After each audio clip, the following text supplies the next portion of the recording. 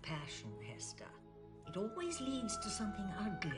We're here with acclaimed British director Terence Davies, the director of such films as The House of Mirth, The Neon Bible, great documentaries like Of Time in the City, and his newest film, The Deep Blue Sea.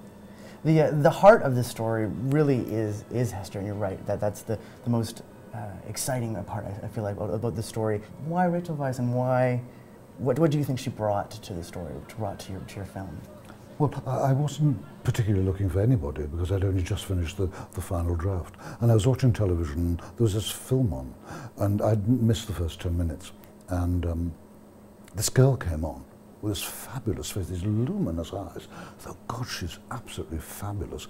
Anyway, I waited till the end of the film and then looked at her name, then rang my manager and said, have you heard of someone called Rachel Weisz? And he said, you're the only one who hasn't. And I said, she's wonderful. Can we send her the script? We sent her the script. She read it, she rang me. I said, will you do it? If you say no, I have no idea who I ask. And she said, I'll do it. I think Terence is a very,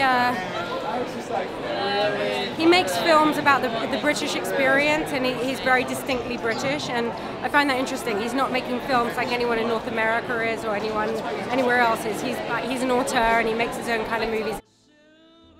Why did so many of your pieces of cinema revolve around that time period? What does it speak to you? Well, I grew up in the 50s, so I know what it was like. At first I was worried, and then I thought, well, what actually is the play about? And it's about Hester. It has to be told from her point of view, and it's about the nature of love. And that is very powerful, because the three of them, Hester, her husband, Collier, and Freddie, they all want different sorts of love from each other, and they can't get them. And that's what's tragic. One of the interesting things about the play and the kind of the discussions around it is that a lot of people think a few of Ratigan's plays are coded for homosexuality, or are stories that are told from a gay perspective with those characters switched. What was your interpretation on that in terms of how you see Ratigan's work being a reflection of that?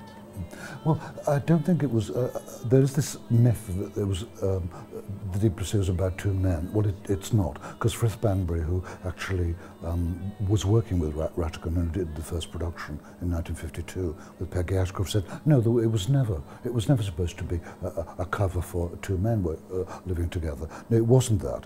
I think he charted, I don't think he was interested in that, funnily enough. I think he's interested in charting people's lives and how they change for circumstances beyond their control.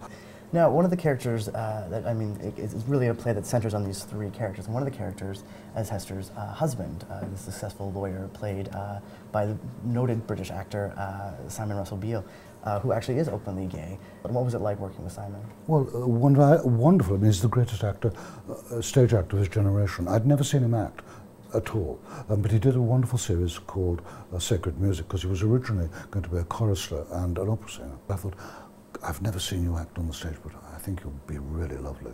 So I sent it to him, and I said, will you do it? He said, yes, like that, straight away. And finally, what do you hope that audiences take away from this film about almost tragic and tortured desires to find love and connections with people? What do you hope the audience takes away from I would like them to be entertained in the widest sense, because entertainment is not just a type of entertainment, but of being entertained and hopefully being moved, and tell their friends.